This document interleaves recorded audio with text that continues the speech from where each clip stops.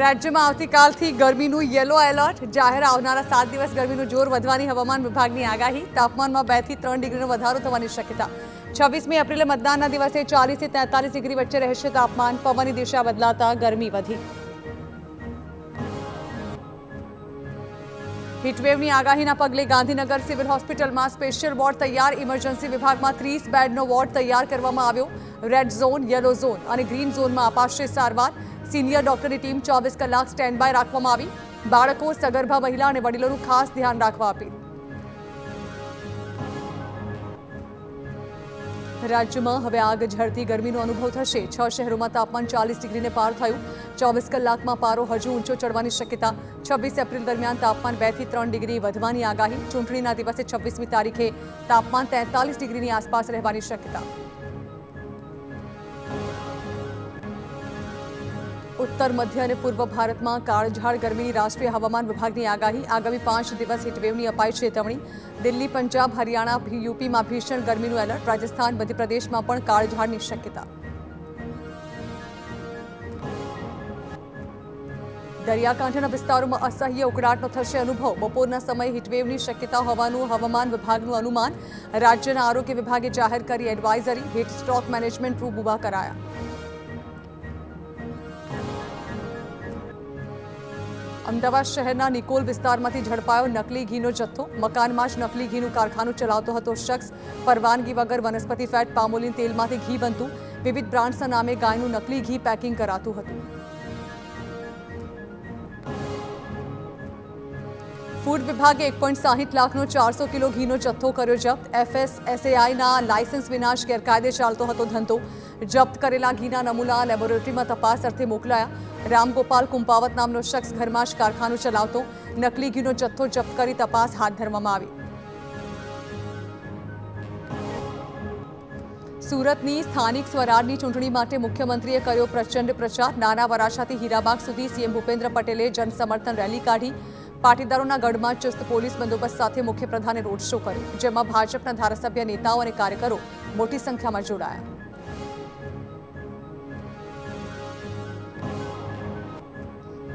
રાજકોટમાં મહાનગરપાલિકાની ચૂંટણીમાં ભાજપનો પ્રચંડ પ્રચાર જૂના બજાર વિસ્તારમાં ડેપ્યુટી સીએમ હર્ષ સંઘવીનો રોડ શો ત્રિકોણબાગથી સોની બજાર સુધીનો રોડ શો ભાજપ ઉમેદવારોના પ્રચાર માટે ડેપ્યુટી સીએમ મેદાનમાં રોડ શો બાદ બેઠકનું પણ આયોજન કરવામાં આવ્યું અમદાવાદમાં ચૂંટણીને લઈને તંત્ર સજ્જ ભારે ગરમીના એલર્ટ બાદ દરેક પોલિંગ બૂથની બહાર મંડપ ઊભા કરવામાં આવશે પાણી ORS તેમજ મેડિકલ સારવારની કરાશે વ્યવસ્થા શહેરના અતિ સંવેદનશીલ અને સંવેદનશીલ મતદાન મથકોની ઓળખ કરવામાં આવી શહેરમાં કુલ 4257 મતદાન મથક અમદાવાદમાં AMCની ચૂંટણીને લઈને પોલીસની તૈયારી અસારવા વિસ્તારમાં પોલીસ કમિશનરે મતદાન મથકની મુલાકાત લીધી પોલીસ કમિશનરે મતદાન મથકની સુરક્ષાની કરી સમીક્ષા અમદાવાદ શહેરમાં 1316 બિલ્ડિંગમાં 4172 બૂથ પર 8000 જવાનો તહેનાત રહેશે 7 SRPની ટુકડી અને પેરામિલિટરી ફોર્સ પણ સજ્જ રાખવામાં આવશે અમદાવાદમાં ચૂંટણી પહેલા ભાજપમાં લેવામાં આવ્યા રાજીનામા ભાજપના 104 હોદ્દેદારોના લેવાયા રાજીનામા ચૂંટણીમાં ઉમેદવારી કરી હોવાથી લેવાયા રાજીનામા ઉપપ્રમુખ મહામંત્રી સહિતના હોદ્દા પરથી લેવાયા રાજીનામા વોર્ડ પ્રમુખોના પણ રાજીનામા લેવામાં આવ્યા SIRની કામગીરી બાદ પણ મતદાર યાદીમાં ક્ષતિનો કોંગ્રેસનો દાવો એક જ પેજ પર એક જ વ્યક્તિના એકથી વધુ વખત નામ સુરત અમદાવાદ સહિતના વિસ્તારોની ક્ષતિવાળી યાદી કોંગ્રેસે જાહેર કરી સુરતના ભટાર વોર્ડમાં એક જ પેજ પર એક મતદારનું 5 વખત નામ અને ફોટો એક સમાન મતદાર નંબર અલગ અલગ સમગ્ર રાજ્યમાં એક જ પાના પર એક કરતાં વધુ વખત નામ ધરાવતા મતદારથી વિવાદ અમદાવાદમાં ડેપ્યુટી સીએમ હર્ષ સંઘવી પર કોંગ્રેસે કર્યો કટાક્ષ હર્ષ સંઘવીને તેમની પાર્ટીએ પ્રમોશન આપ્યું પરંતુ નિવેદનો એ જ રહ્યા તેઓ બેજવાબદારીપૂર્વક અને કમિટમેન્ટ વગરના નિવેદન આપે છે વાણી વિલાસ અને ધમકીથી ગુજરાતની જનતા ડરવાની નથી મુખ્યપ્રધાન સાથે તેમની રીલ બનાવવાની હોડ ચાલે છે આણંદના ઉમરેઠની વિધાનસભા બેઠકની પેટા ચૂંટણી માટે મતદાન યોજાયું સાંજે 5 વાગ્યા સુધીમાં 54% વધુ મતદાન થયું ભાજપના હર્ષદ પરમાર અને કોંગ્રેસના ભૃગુરાજસિંહ ચૌહાણ વચ્ચે છીછણ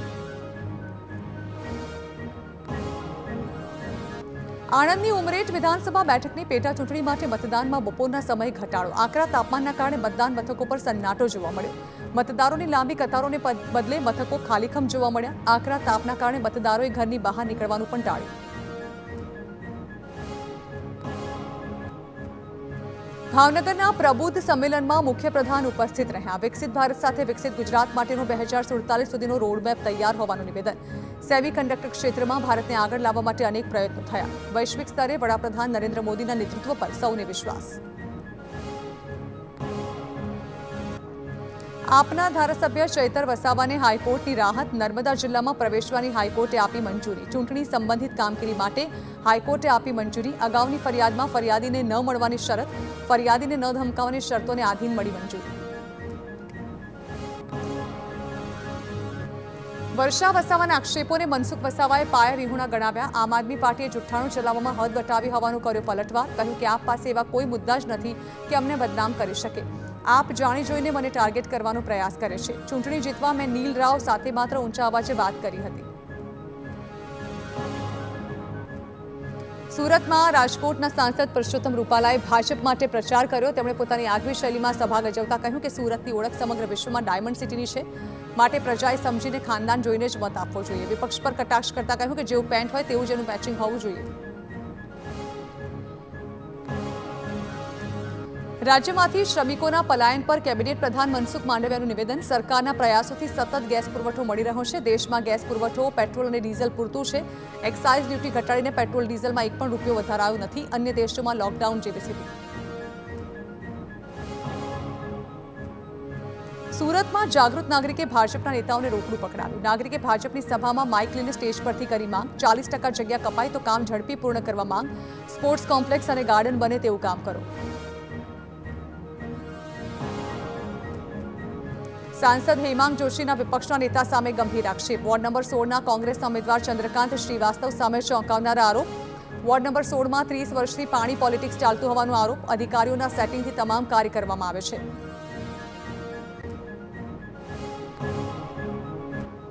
વડોદરાના ધારાસભ્ય કેતન ઇનામદારે મતદારોને કરી ટકોર. સાવલી પાલિકામાં ભાજપની આખી પેનલને મત આપવા અપીલ કરી. કહ્યું કે ભાજપના ઉમેદવાર પોતાના એકલા માટે મત લેવા આવે તો ન આપતા.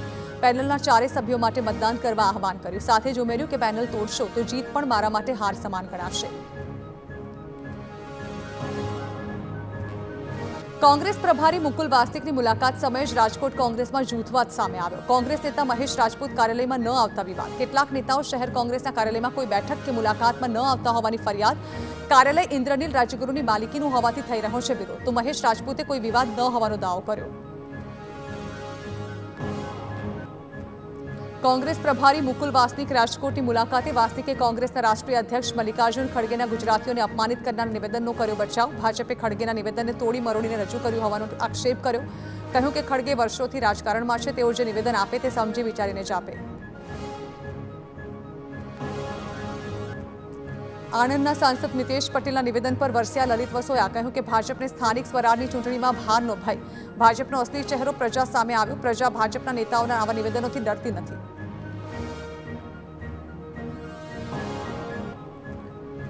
રાજકોટમાં આપ પ્રદેશ પ્રમુખ ઈશુદાન ગઢવીએ ભાજપ પર સાધ્યું નિશાન. ઉપલેટાના કોલકી ગામમાં સુરત હવાલાકાંડ પર તેઓએ નિવેદન આપ્યું.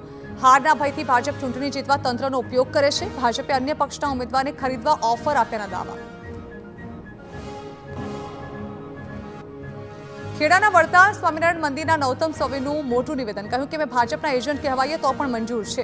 અમે રાષ્ટ્રવાદને પોષીએ છીએ. અયોધ્યામાં રામ મંદિર નિર્માણનો ઉલ્લેખ કરી વિરોધીઓ પર સાધ્યું નિશાન.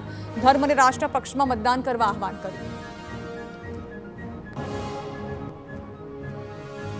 ખેડા જિલ્લામાં નકલી પોસ્ટલ બેલેટ મતદાન મથક ઊભું કરાયું હોવાનો કોંગ્રેસ ઉમેદવારનો આક્ષેપ. જિલ્લા હોમગાર્ડ કમાન્ડન્ટની કચેરીમાં મતદાન મથક ઊભું કરાયું હોવાનો ઉમેદવાર ચિરાગ પરીખનો આક્ષેપ. પૂંઠાની મતપેટી પણ બનાવવામાં આવી હોવાનો દાવો. જિલ્લા હોમગાર્ડ કમાન્ડન્ટે જ પોતાની મતપેટી ઊભી કરી હોવાનો દાવો. કોંગ્રેસ ઉમેદવારોએ ચૂંટણી અધિકારીને કરી ફરિયાદ. ગીર સોમનાથ જિલ્લામાં ભાજપની સભામાં સાંસદ રાજેશ ચુડાસમાએ કમળ અને પીએમ મોદીને ગણાવ્યા બ્રાન્ડ. કહ્યું કે રાજનીતિમાં હોય તેના માટે ચૂંટણી એ સિઝન કહેવાય. બધા પક્ષો સારો નબળો માલ વેચવા નીકળે છે. ફેરીઓ નબળો માલ લઈને આવે તો આપણે માલ નથી લેતા.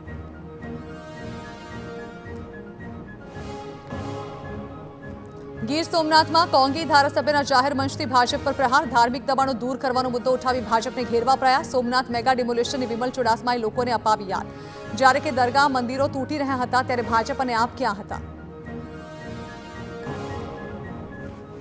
અમરેલીમાં ચૂંટણી પ્રચારના અંતિમ તબક્કામાં ભાજપના મંત્રીઓ મેદાને. વડિયામાં રાજ્યમંત્રી કૌશિક વેકરિયાએ વિપક્ષને લીધો આડે હાથ. સરકાર બોલે છે ઓછું અને કામ વધારે કરે છે અને વિપક્ષ પાસે જનતા વચ્ચે જવા માટે કોઈ મુદ્દો બચ્યો નથી. કોંગ્રેસ અને વિપક્ષી ગઠબંધન માત્ર સત્તાના ભૂખ્યા. વાવ થરાદમાં કોંગ્રેસના પૂર્વ ધારાસભ્યનું ઈવીએમને લઈને મોટું નિવેદન. શિવા ભુરિયાએ વોટ ચોરીની વાત પાયાવિહોણી ગણાવી. દિયોદરના જાડા ગામમાં કોંગ્રેસના કાર્યકરોને કરી ટકોર. મિટિંગો ખૂબ જ મોટી થાય છે, છેલ્લી ઘડીએ શું થાય છે તે ખબર નથી પડતી.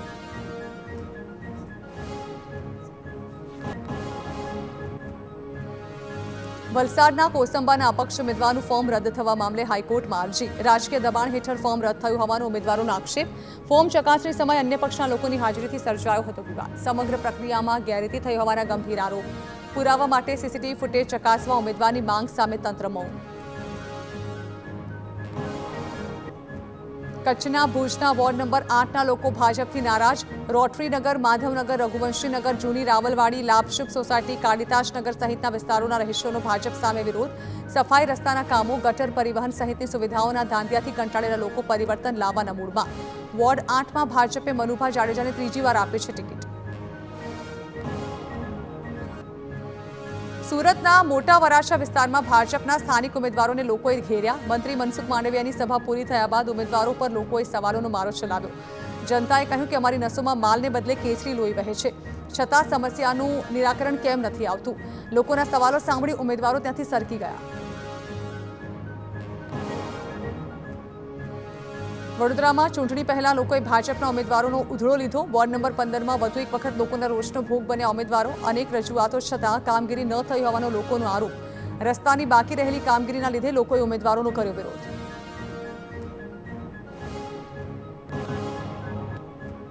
રાજકોટની ઓસ્કાર સ્કાય સિટી સોસાયટીના રહીશોએ સ્થાનિક સ્વરાજની ચૂંટણીના વિરોધમાં લગાવ્યા બેનર્સ. ભાજપના નેતાઓએ પ્રવેશ ન કરવાની ચેતવણી આપવામાં આવી. ટીપીનો રોડ, સ્ટ્રીટ લાઇટ, ખુલ્લા પ્લોટમાં દબાણ સહિતના મુદ્દાઓ સાથે સ્થાનિકોનો વિરોધ.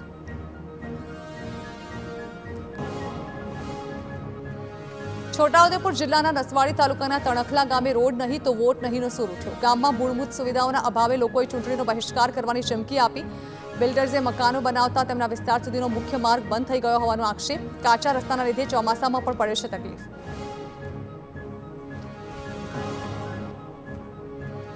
વડોદરામાં હવે આરસુ અધિકારીઓ પર તવાઈ. સવારે 7 વાગ્યાથી અધિકારીઓને ફિલ્ડ પર ફરજિયાત હાજર રહેવા આદેશ. મ્યુનિસિપલ કમિશનર અરુણ બાબુના આદેશથી અધિકારીઓમાં સોંપો.